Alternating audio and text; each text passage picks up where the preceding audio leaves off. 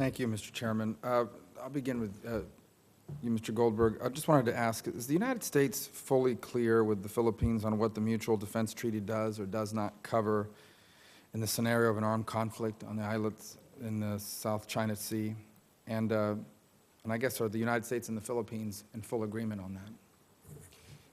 Certainly there are discussions. There was a 2+2 meeting of the defense ministers and the Secretary of State and the foreign minister where issues like those are discussed.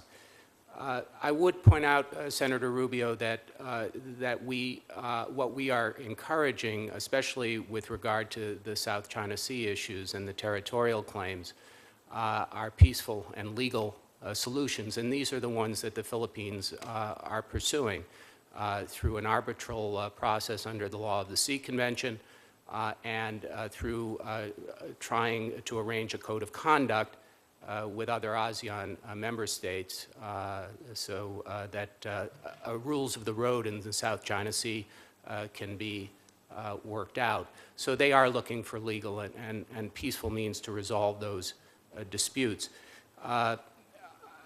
In terms of the Mutual Defense Treaty, it is now 62 years old.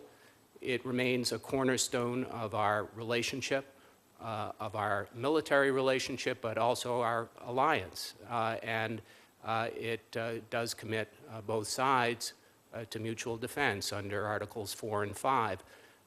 But I think in terms of its content and its applicability, I wouldn't want to speculate or go into the kinds of hypotheticals and things like that. Okay. Mr. Blake, I really am interested in the Indonesian question. You know, there was a hearing before Tom Lantis' Human Rights Commission earlier this year, and there senior State Department officials stated that the United States government has very serious concerns about the growing religious intolerance and violence against minorities in Indonesia, in particular the promotion by Indonesian officials of discriminatory laws and policies in action and investigating and prosecuting members of radical Islamic groups who engage in violence against religious minorities, including Christians, Shia Muslims, others. And I have this article here from, published on the 24th of this month, Catholic Herald from UK. Its headline reads, "Intolerance in Indonesia is becoming mainstream."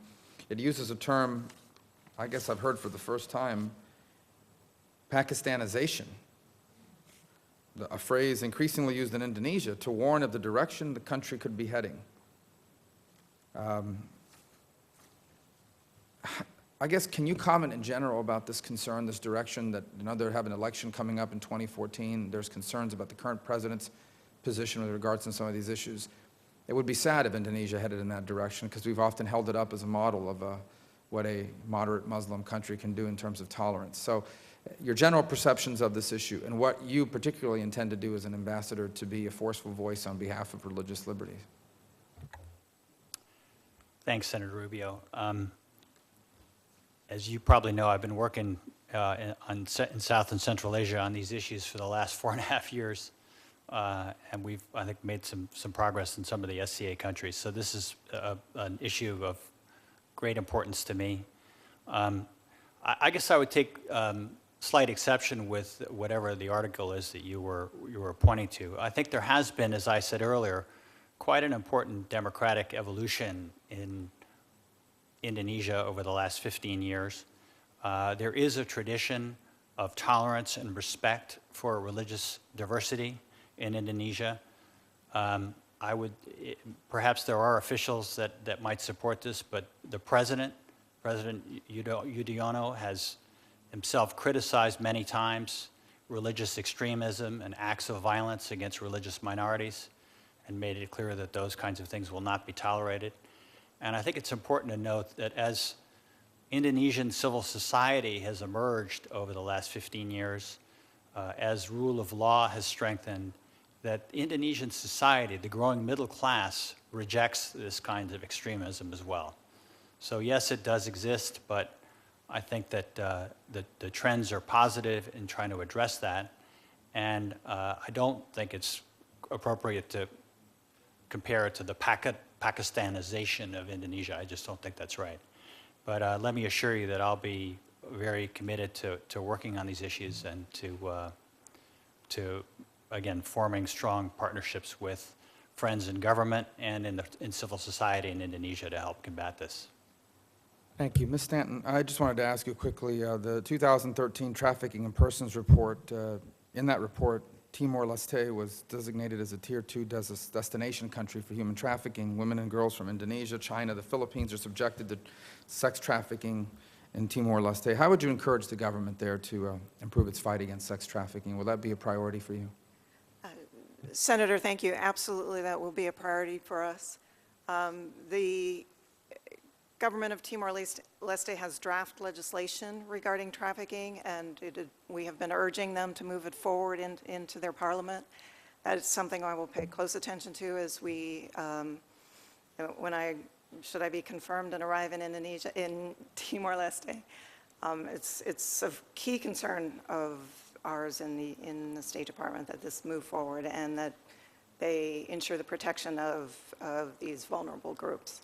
Thank you. Thank you. And before my time runs out here, Ms. Hyatt, I have a similar question for you. According to the same report, Palau is a Tier 2 country as well. So what steps would you take to encourage them to join the 2000 United Nations Trafficking in Persons Protocol, and then in general to encourage the government there to improve its prevention, prosecution, and protection for human trafficking? Thank you for that question, Senator Rubio. I have a very personal interest in trafficking in persons. I worked on those issues when I was chargé in Finland, before Finland understood the importance and it was as aware of the problems that existed. And that's a success story now in Finland. And also, as a trial attorney in San Francisco, I worked on those issues in that capacity. The news in Palau is actually getting better because one of its first cases, the district attorney in Palau is prosecuting one of its first cases against a trafficker, against trafficking. So I think I would have, if confirmed, I would have a good partner in the government officials in Palau to address those issues. And let me assure you that they would be among my highest priorities.